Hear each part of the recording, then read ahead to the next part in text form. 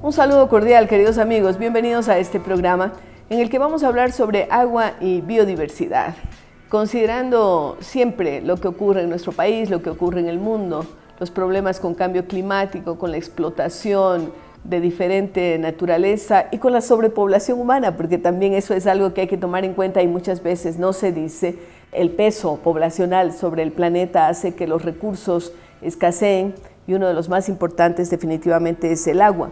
En el caso ecuatoriano sabemos que uno de los ecosistemas más importantes es el ecosistema andino, en donde se encuentran los páramos, en donde se encuentran esta especie de esponjas, además, que de alguna forma permiten que llegue el agua para la agricultura, llegue el agua para las ciudades.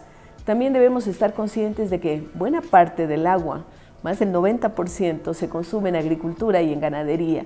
Y esto es algo de lo que no se habla, cuando evidentemente sabemos que lo que comemos prácticamente es agua, ¿no? En ese sentido, entonces, vamos a tratar a lo largo de este programa de desentrañar algunos temas importantes relativos a agua y biodiversidad. Estamos aquí con la presencia de Carolina Rosero, a quien le damos la más cordial bienvenida. Ella es directora ejecutiva y vicepresidenta de Conservación Internacional en el Ecuador, cuenta con una maestría en Ciencias y Política Ambiental y otra en Ciencias Sociales. Tiene más de 15 años de experiencia en proyectos ambientales, política climática y financiamiento para la conservación. Ha trabajado en temas como el programa Amazonía, ha tenido un liderazgo en diferentes iniciativas y se ha desempeñado también en el Ministerio del Ambiente del Ecuador como directora nacional de mitigación del cambio climático y en el programa Sociobosque. Bienvenida nuevamente. Muchas gracias por tenerme aquí, por el espacio. Carolina, cuando hablamos de agua, viene el término biodiversidad de la mano, porque sin agua es muy difícil que haya la biodiversidad. Exacto. ¿Cómo considera usted en el mundo, primero vamos de lo global y luego a lo local, se están llevando a cabo proyectos de conservación, de siembra de agua, de trabajar por esto que es tan importante, que tiene que ver con la vida? Bueno, primeramente, muchísimas gracias por el espacio y también por abordar estos temas que son tan importantes, no solamente para los ciudadanos y las ciudadanas aquí en Ecuador y en Quito, especialmente justo por el ecosistema páramos, pero a nivel global también tiene muchísima relevancia porque yo creo que ya se está viendo que hay guerras que se están peleando por agua. Ahorita realmente tenemos muchísima inversión de diferentes sectores, especialmente hay agencias multilaterales, hay gobiernos interesados en particular en estos temas hídricos y de la conservación de la biodiversidad, los bosques y los ecosistemas nativos. Entonces, por ejemplo, el gobierno de Francia hace una inversión fuertísima en los temas de la Amazonía, no solamente en Ecuador, sino en toda la cuenca amazónica. Los alemanes, los holandeses también. Históricamente Sí. en el Ecuador ha invertido muchísimo dinero en proyectos como Sociobosque, en todo el tema de la reducción de emisiones por deforestación y degradación. En fin, hay muchas veces, y me da mucha pena decirlo, muchas veces tenemos más inversión de actores externos en los temas de conservación que nosotros hacemos acá en Ecuador mismo. Eso es dramático, pero también tiene que ver con, si bien hay políticas públicas, si bien hay políticas ambientales, tiene que ver con un tema que a mí me apasiona enormemente, que es la educación, es decir, cómo cuidamos el agua. Sí, y eso creo que es un tema fundamental, porque muchas veces las personas vemos esto como un tema muy lejano, como el tema de la conservación. Eso le está toca allá, al gobierno. le toca a alguien más, Sí. Exacto, al gobierno o a las comunidades que están viviendo ahí. Y realmente no nos damos cuenta que nosotros podemos hacer acciones del día a día para poder apoyar a la conservación de ese recurso que es tan importante para nuestra supervivencia. Tú bien lo dijiste, realmente, no solamente para los temas de agricultura, sino también somos agua. En el cuerpo somos el 90% de agua, entonces realmente es fundamental para nuestra supervivencia. ¿Qué podemos hacer los ciudadanos de a pie, cada uno de nosotros, para cuidar el agua? Para empezar, podemos tomar duchas más cortas, ya no quedarnos en la ducha tanto tiempo. Las tinas, cuando las llenamos, también consumen muchísimo recurso. Podemos también disminuir el consumo, porque muchas veces no nos damos cuenta que el producir una botella, producir un empaque y todos estos temas requieren también la parte del agua, tienen una huella hídrica. Y luego contaminamos también. Y luego ¿no? contaminamos y luego también eso tiene un impacto negativo en la calidad y en la contaminación del recurso. Es cierto, ahora vamos a conservación internacional. Sí. Cuéntanos un poco la historia de conservación internacional y qué es lo que están haciendo ahora aquí en el Ecuador. Claro que sí. Conservación Internacional está en Ecuador ya más de 20 años, estamos desde 2001. Somos una organización sin fines de lucro que trabajamos nació en los Estados Unidos. Exactamente, estamos a nivel global. Tenemos la sede en Washington, en los Estados Unidos, bueno, en Arlington realmente, y tenemos oficinas y, digamos, botas en el campo, en territorio, en más de 30 países a nivel global. Y nosotros nos dedicamos a la conservación de los ecosistemas para el bienestar de las personas. Decimos que la conservación de los ecosistemas y el bienestar humano van de la mano, porque realmente es fundamental. A veces estamos muy desconectados desde las ciudades, pero dependemos totalmente de los recursos que vienen de estos ecosistemas y de la conservación de estos ecosistemas, como los bosques. Claro. ¿Qué acciones específicas se están haciendo ahora en el Ecuador en estos temas de conservación del agua? Porque estamos hablando de conservación internacional que tiene que ver con conservación del agua, pero también de biodiversidad, de bosques, de especies en peligro, etcétera. Y creo que tú has topado algunos puntos fundamentales. Nosotros en Ecuador trabajamos con un enfoque basado en un enfoque de paisajes sostenibles, donde la conservación de los ecosistemas es un eje fundamental. Buscamos conservar estos bosques que realmente son, y los páramos, por ejemplo, y los manglares en la costa, y en Galápagos también. Buscamos conservar estos ecosistemas, ya sea a través de la conservación, la creación de nuevas áreas de conservación, áreas protegidas, trabajando con los gobiernos locales, la empresa privada también para crear estas nuevas áreas.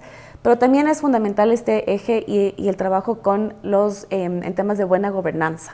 Y aquí la política pública ambiental a nivel nacional es fundamental, pero también ya aterrizar eso con los gobiernos locales y subnacionales, y eso a su vez con los temas de planificación territorial que tienen los pueblos y nacionalidades indígenas, o los finqueros en su caso, para que vean cómo todo su finca, su territorio, realmente todo están totalmente conectados. El bosque con área productiva, con el área donde ellos viven.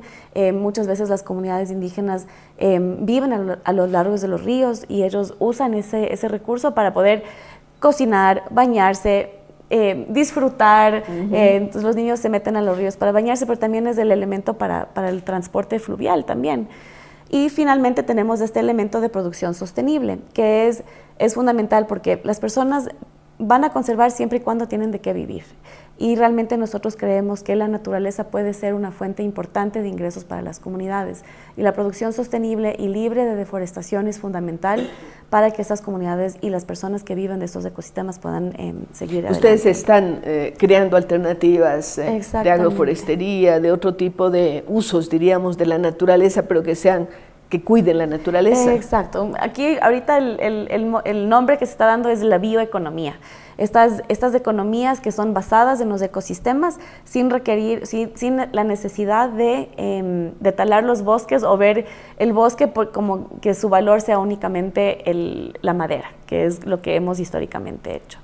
Entonces, y cómo todo esto realmente ata y está vinculado no solamente a la conservación de la biodiversidad, sino también la conservación del recurso hídrico. Por un lado, es fundamental saber que los páramos no solamente proveen recursos, o sea, el agua de las ciudades que nosotros consumimos al día a día o usamos en el día a día, sino también realmente hay una conectividad desde los páramos hacia la Amazonía, y desde los páramos hacia la costa. Lo andino amazónico es una realidad, ¿no? Y a veces nos hace falta ver esa conexión que tenemos, y si destruimos los páramos, obviamente la agricultura se va a afectar. Claro que Humboldt ya lo dijo hace más de 200 años y no le hicimos caso. Y no le hacemos caso, somos bien necios. Sí. Carolina, ¿qué acciones han hecho ustedes como conservación de las que se sienten orgullosos? ¿Qué hitos han generado a lo largo de estos años?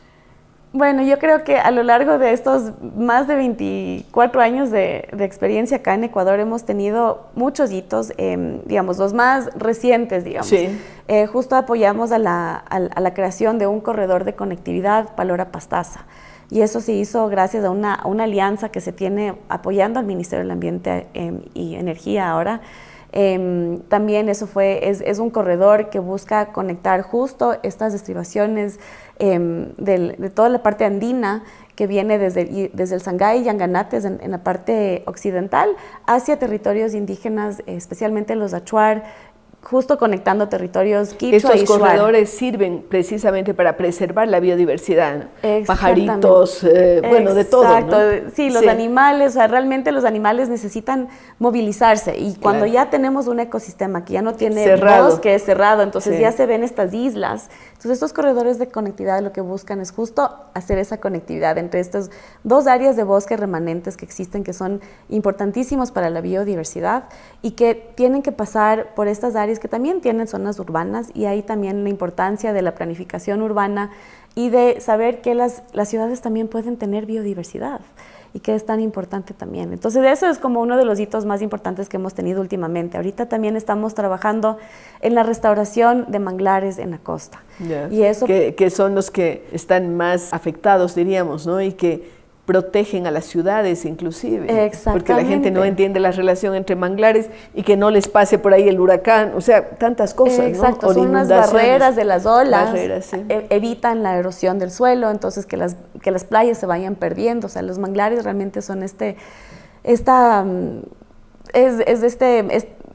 ecosistema fundamental para poder justo hacer esas ¿Y en qué parte barreras. de la costa están trabajando en Ahorita tema de estamos manglares? en Guayas, en El Oro y en Esmeraldas, donde están básicamente los ecosistemas. Claro, y uno de los problemas serios fueron las camaroneras, ¿no? Porque se taló mucho manglar, pero ahora están entendiendo las camaroneras que también lo necesitan, que tienen colaboración de ellos. Exacto, y que también aportan, y justo estábamos, la semana pasada estuve en una visita en la zona del Oro, justo en la frontera con Guayaquil, con Perú, y ahí estábamos viendo un gran labor que está haciendo la Asociación 15 de Enero para restaurar esa zona con manglares, y no te puedes imaginar la cantidad de trabajo que están haciendo estas personas. Y es una asociación Es una asociación de concheros que están trabajando ahí desde hace mucho tiempo, y en estas épocas de veda, cuando ellos no tienen este recurso, no pueden aprovechar, digamos, del recurso de los manglares, ellos están haciendo estas actividades de restauración. Qué maravilla. En conjunto con varios otros aliados. Y cuando uno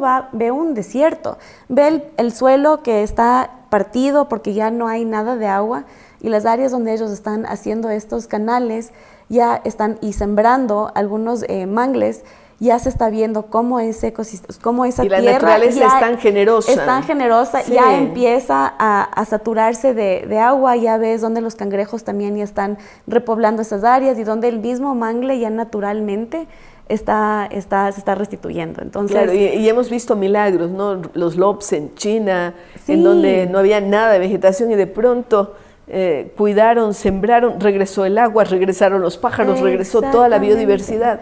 Sí, y es de eso, justo es esa capacidad de la naturaleza que tiene de regenerarse, y cuando le damos esa oportunidad y cuando no hacemos esta sobreexplotación. ¿Cuánta gente trabaja en conservación, en todos los proyectos que tienen? Estamos ahorita ya casi a los 90 personas, entre las diferentes regiones, en la Amazonía, la Sierra, la Costa y Galápagos. Y tienen también proyectos en cada una de estas zonas. Tenemos ahí proyectos. ¿En Galápagos también trabajan manglares o están con otros proyectos? En Galápagos justo estamos trabajando fuertemente en todo el tema de la producción sostenible. Trabajamos con productores que están justo viviendo en las zonas y produciendo en las áreas aledañas al área protegida, y ellos ayudan a hacer control de especies invasoras, por ejemplo. Entonces, porque ese ha sido uno de los grandes problemas allá. Exactamente, la mora, que a veces tanto nos encanta, ya es una especie invasora, claro, y no permite... Aparte de perros, gatos... además de todos chivos, esos animales, ¿no? chivos que también históricamente sabemos, pero